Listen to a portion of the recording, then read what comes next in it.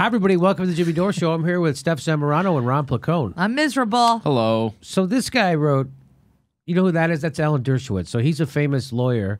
He's a civil rights lawyer, and he's most famous for defending O.J. Simpson. So if you saw the movie, you know he was one of the main guys, and he wrote this article in The Hill. Maxine Waters does not speak for Democrats or liberals. And I'll show you the article real briefly, or the parts of it I think are important. So basically, he's upset that he's being shunned because he's a defender of, I don't want to say he's a defender of Donald Trump in a sense. He's defending Donald Trump's civil rights. What he's saying is that if you're going to take down Donald Trump, you have to do it legally and honestly. And you can't have a different precedent for Donald Trump legally than you do for other people. Is that a fair characterization, would you guys say? Mm-hmm. So, and that's what we've said, right? So this whole Russia thing, again, this could probably only happen to Trump, right? Well, yeah, I mean, it's one of those things, regardless of how much you dislike Donald Trump, and I dislike Donald Trump, I dislike all of his policy ideas. However, he gets due process just like everybody else. Right, because if you can take it away from him, you can take it away from anybody. Mm-hmm. And so, again, I haven't followed Alan Dershowitz's, what he's been saying about the Trump administration, but to me, I thought that's what it was.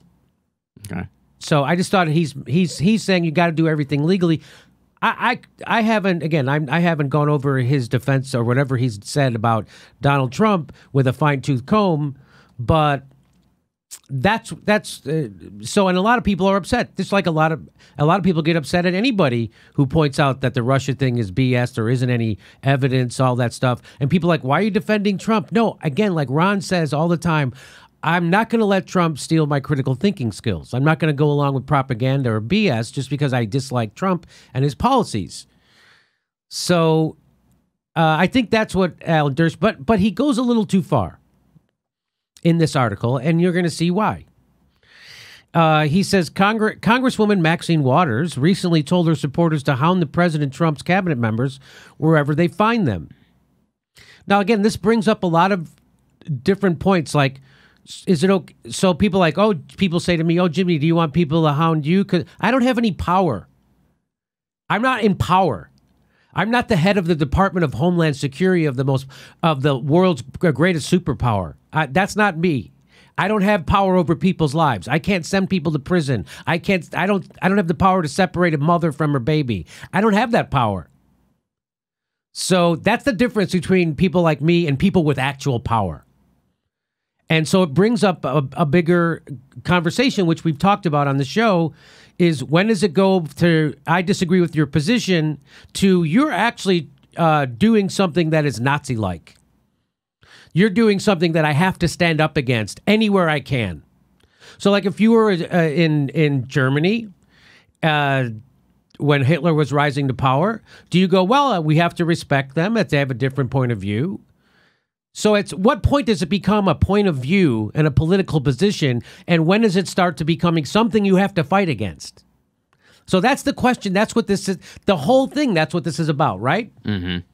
When does it stop just being, again, and I've made the point, there's a difference between arguing, should we have a 1% tax hike or a 2%, or should we have a 2% tax cut or a 4%? Those are normal political arguments.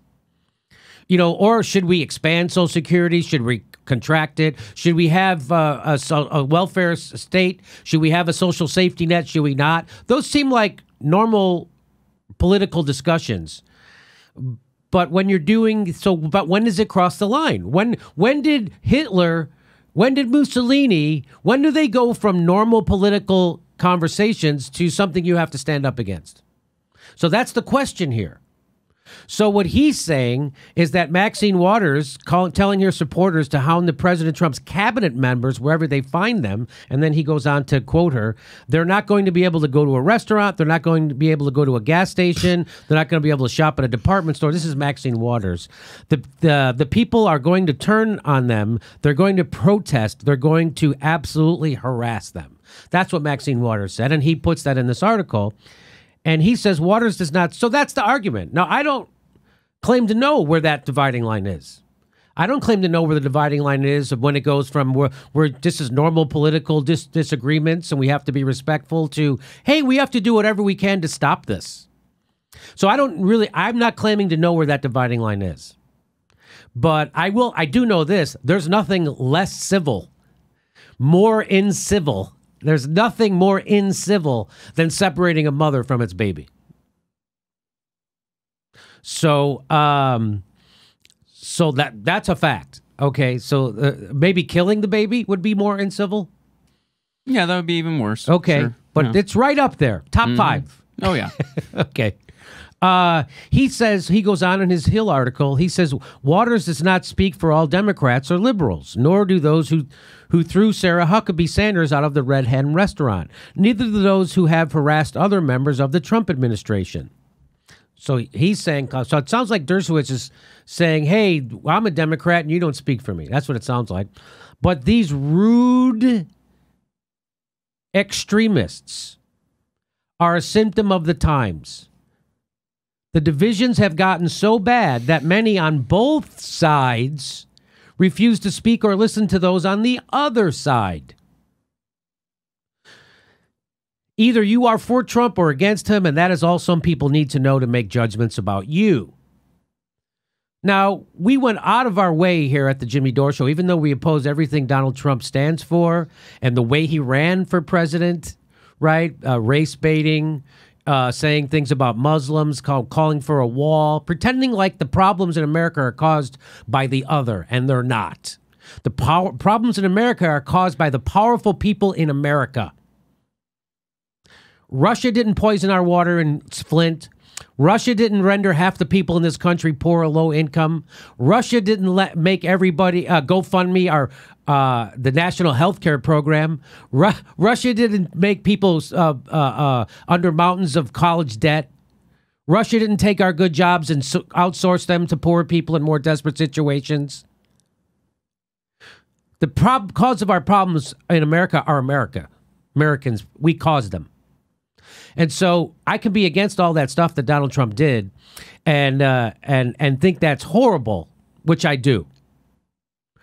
But at the same time, we went out of our way to point out I understand why people would gravitate towards Donald Trump, which is much different than saying I support Donald Trump or I support people for supporting him. I understand that. I get it. So that's much different than saying I support him. And so I get that both parties have turned their backs on the working class, and that's why we got a demagogue right-winger like Trump.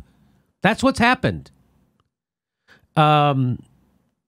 So he calls people who kicked Sarah Huckabee Sanders out, and he calls those people rude extremists.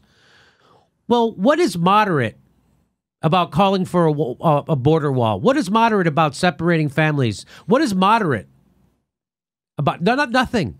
Nothing's moderate. What's moderate about saying that white supremacists and Nazis and people against them, they're both good people on both sides? There's nothing moderate about saying that there's good people on a Nazi white supremacist side. I know the people heads are gonna explode in the comments over this. There's nothing moderate about that.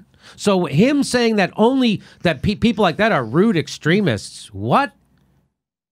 By the way, what's moderate about having a drone? I'm not saying that it's just not the Trump administration that are extremists. The whole goddamn country's.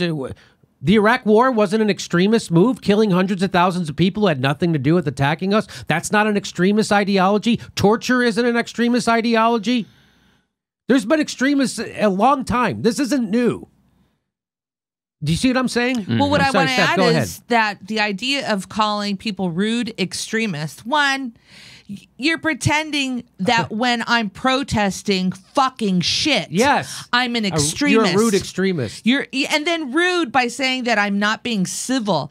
It is difficult to be civil when you hear or read or listen and watch what they're doing to families and children. I'm supposed to be civil about Right. this. I'm supposed to go and talk to somebody who's in a position of power at a restaurant Right. when they're doing these barbaric, awful Right. things to other humans. And let's not forget that Donald Trump also encouraged violence against the other constantly. Constantly. Oh, I like to punch him in the nose. I'll pay the guy who sucker punched that protester. I'll pay his legal bills. All that stuff. So again, this idea that somehow Trump isn't the worst at this.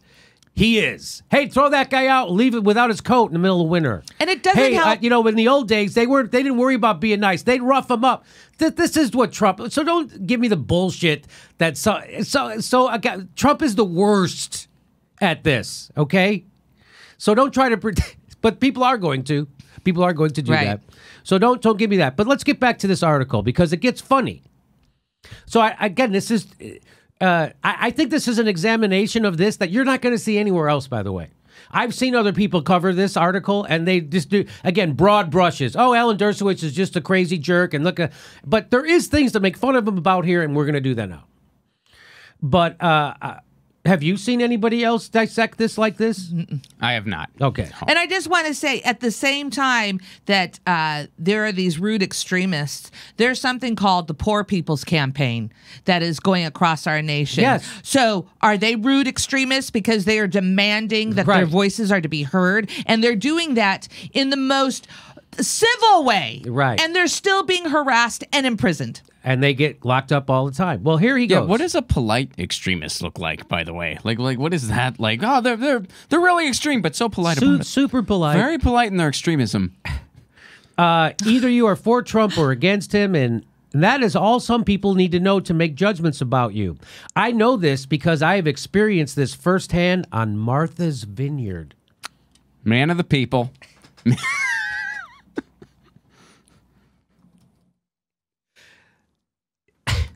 I don't even know, like, that's like saying, boy, I got to tell you, the food here sucks, and it's such small portions. It's like, dude, you're talking about being discriminated against at a 1% place. You know what I mean? It's like you can't, oh my God, so go ahead, anybody. When I grew up on the tough streets of Bel Air, let me tell you. I can't even go have a latte without somebody giving me a cross look on Martha's Vineyard, and I'm tired of it. This discrimination ends today. So he goes on to talk about it, and then he talks about, hey, I've always been I've fought for people's civil rights, and he writes about how he stood up for Bill Clinton when he was being impeached. He's like, hey, I talked about civil rights then, and I talked about I was on his side. Okay, so then he's saying, I just tell the truth, whether it helps Bill Clinton or it helps Trump. I'm just a truth teller. That's what he's saying. And so he lists that, and then he says, but that is not good enough for some of my old friends on Martha's Vineyard, meaning he defended Bill Clinton. For them, it is enough that I have said about that what I have said about the Constitution might help Trump. So they are shunning me and trying to ban me from their social life on Martha's Vineyard. Oh my God.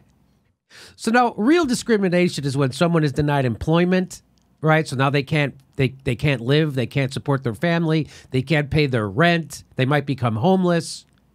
Or when they're targeted by police and the racist criminal justice system, so now they get their life and liberty taken away and they go to prison and they have no life. That's real examples of discrimination.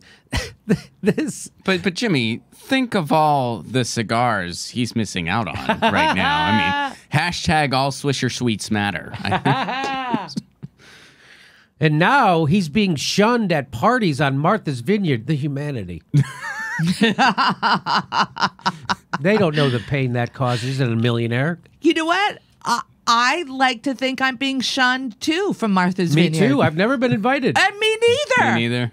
You guys have never been invited to Martha's Vineyard? It is an outrage. I think it's because I'm brown. I think. Go ahead. We got to pitch a piece to the Hill now. None of us have been invited. None of us. Okay, let's pitch a piece. Yeah. He goes on. He says one of the people who have been shunning him, one of them, an academic at a distinguished university, has told people that he would not attend any dinner or party. He's pretending like this is real discrimination. You doth protest too much, sir. I will not be attendance at any dinner party that thou art at.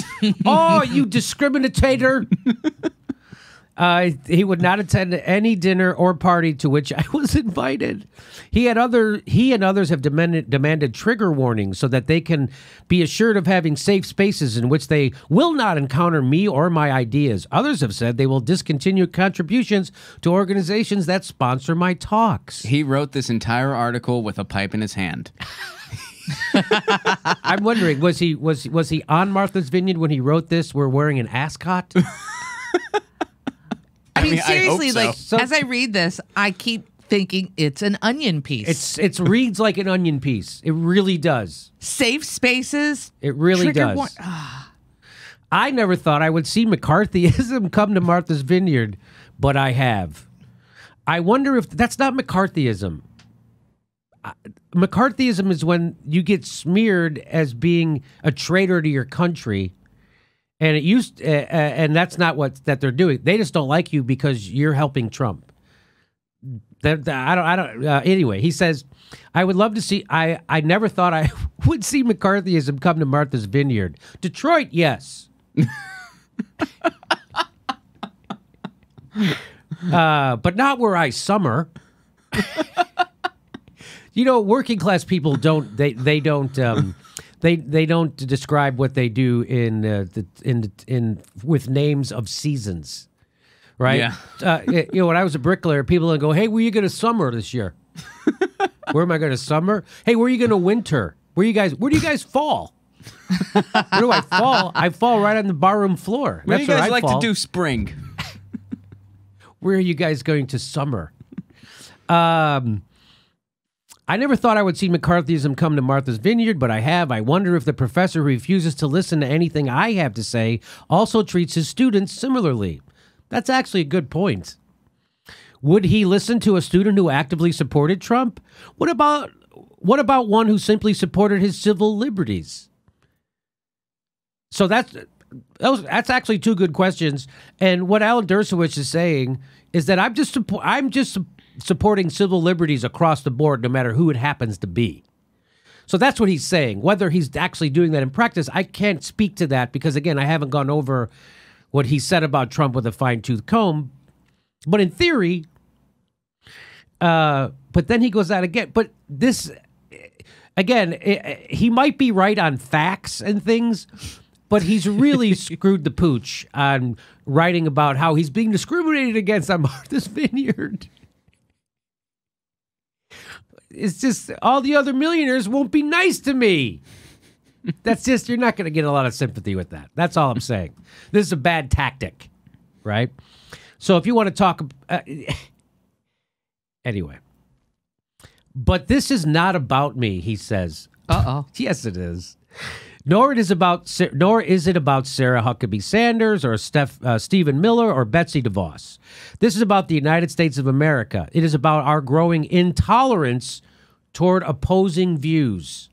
We don't have a growing intolerance towards opposing views.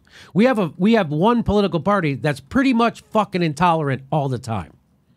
And that's called the Republican Party. They're not tolerant of gays. They're not tolerant of Hispanics. They're not so you see what I'm saying? They're not tolerant of people having sex outside, unless when it's them.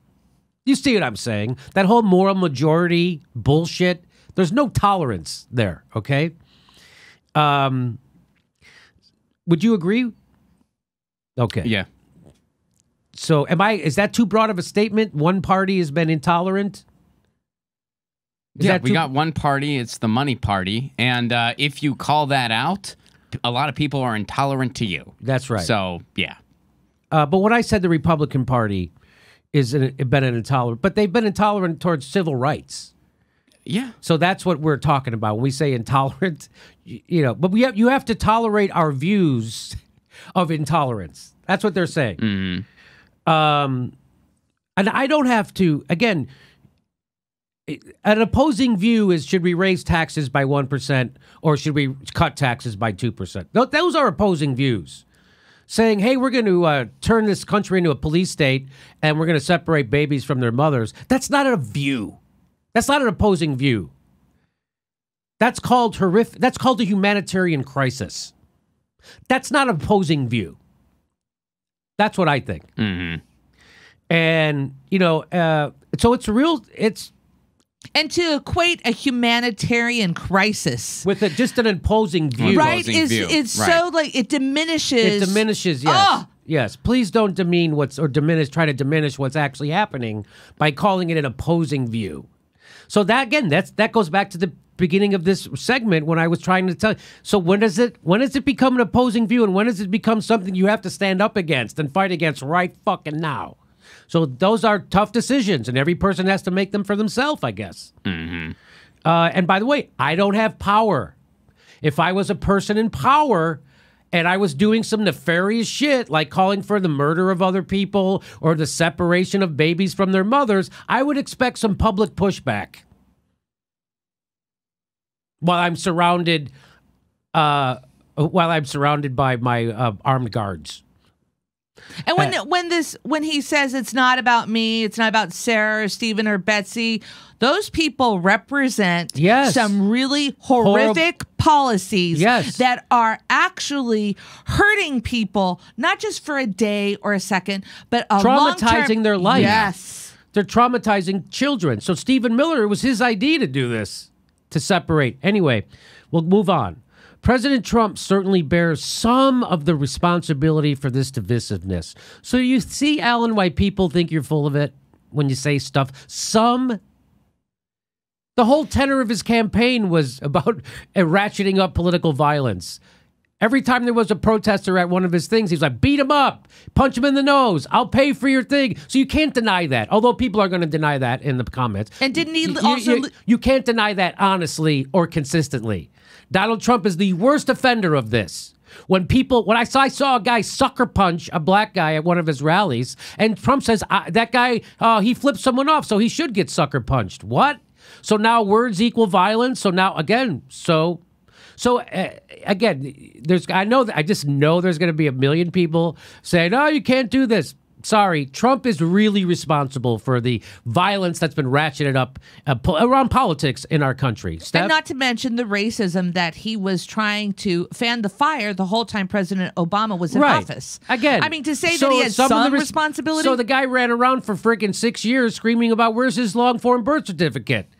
That's just a blatant race-baiting thing that he was doing. So he bears some. So that's where Alan Dershowitz, maybe that's why people can't stand him, because he can't speak honestly, because that's not honest.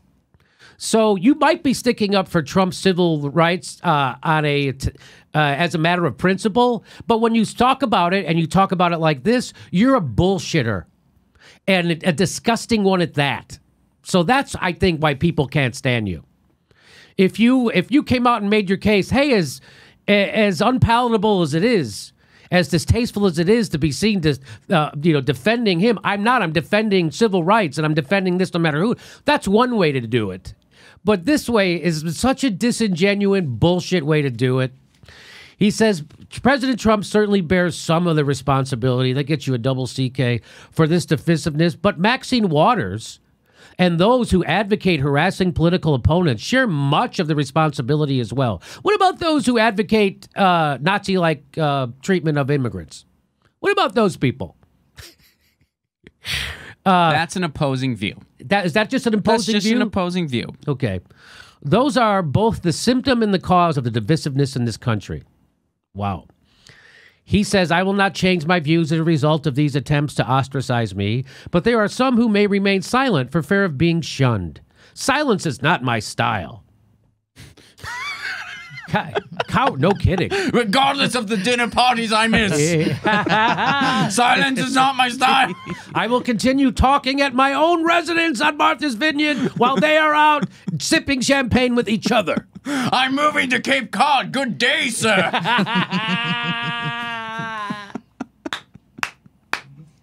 I'm moving to Cape Cod. Good day.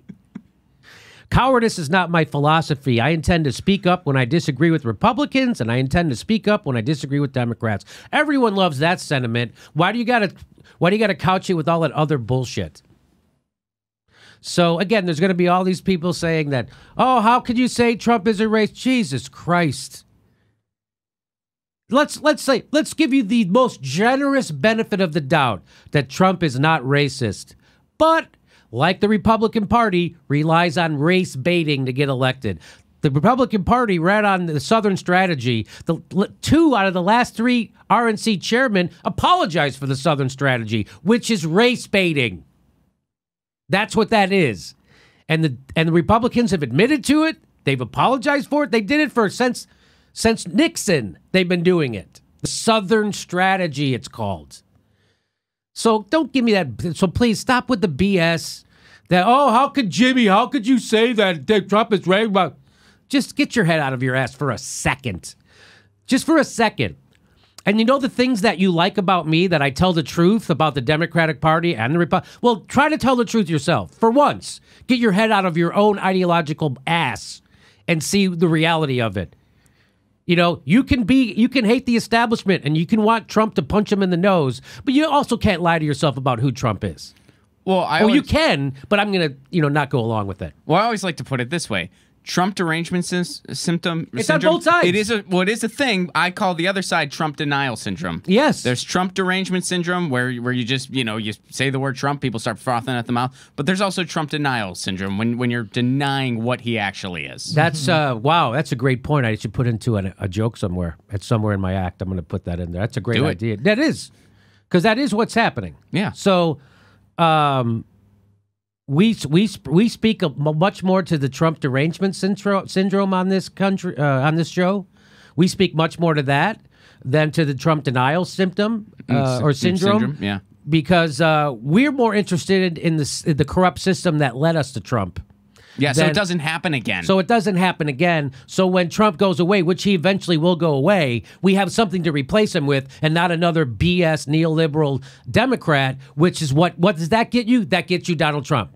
Yeah, and the next one might be competent. Yeah, right? Mm-hmm. What if the next one's Ted Cruz? Yep. Which I actually think is worse than Donald Trump. He called for carpet bombing. Carpet bombing.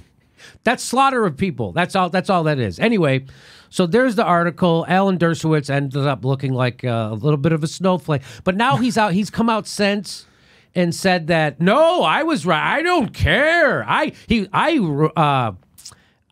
relish their shunning, he's trying to say. So that's what he's doing now. No, Alan, you're pissed off that you're not invited to the cool parties at Martha's Vineyard. And I get it. I know what it's like. I know what it's like to not... I really don't. But what it's like to be shunned by people you want to hang out with. He also said later that he got over 25 invitations for the 4th of July weekend. He's got 25. That people are really supportive of him. Who says this? Who tells people how many 4th of July invitations they got? My social life is just fine. Check my Facebook. Good day. Who knew he could do such a good impression of him? This is so pathetic. Isn't that pathetic? Yeah. Dude. That you tell people how many 4th of July invitations you got? Over 25. So is that 26? That is so pathetic. That is so high school. So this is my friend Rich Brown used to say comedy is like high school without your parents. And I think that's what politics is. Politics is just like high school, the cool kids, the in kids, the out kids. And we're cooler than all of them because we're on the outside and we're not beholden to anybody. And we're like the kid with the leather jacket who comes in on his motorcycle. We get to do whatever the fuck we want, say whatever we want because it's the truth because we're beholden to nobody. Isn't that a good feeling? It is for me. Unlike Alan Dershowitz and all those other people on Martha's Vineyard, I don't think I would like any of them. How about that? I'm sure there'd be some pleasant people on Martha's Vineyard, but I don't think I want to hang out with any of those neoliberal motherfuckers. Do you? No. Do you, Ron? I one day Ron. hope to be as cool as Alan Dershowitz. I'm gonna binge Pat Boone tonight, and I'm gonna get there. Oh, you got such a smart mouth, Ron. Let me ask you this question, Ron. How many 4th of July invitations did you get? Just a couple. That's why I'm Oh! still working. None of them on Martha's See? Vineyard either. See? I know. Loser. You are not as cool as Alan Dershowitz. I had family over at our house for 4th of July. How about that? I don't need people on the outside to validate us on 4th of July. And we had crab claws. Take that, Alan. Hey, please make sure you subscribed. Even if you think you are, you probably aren't. It only takes a second to check. And then click that bell to make sure you get a notice every time we drop a video. They won't tell you every time anyway, but it's the only thing we can do to fight back against the bastards. So please make sure you're subscribed and click that bell. And our next live show is July 15th in Chicago. And after that, July 27th in Burbank, California. Special guest on that show, Abby Martin. And if you could become a patron, that would be fantastic. We give you hours of bonus material every week. Thanks for your support.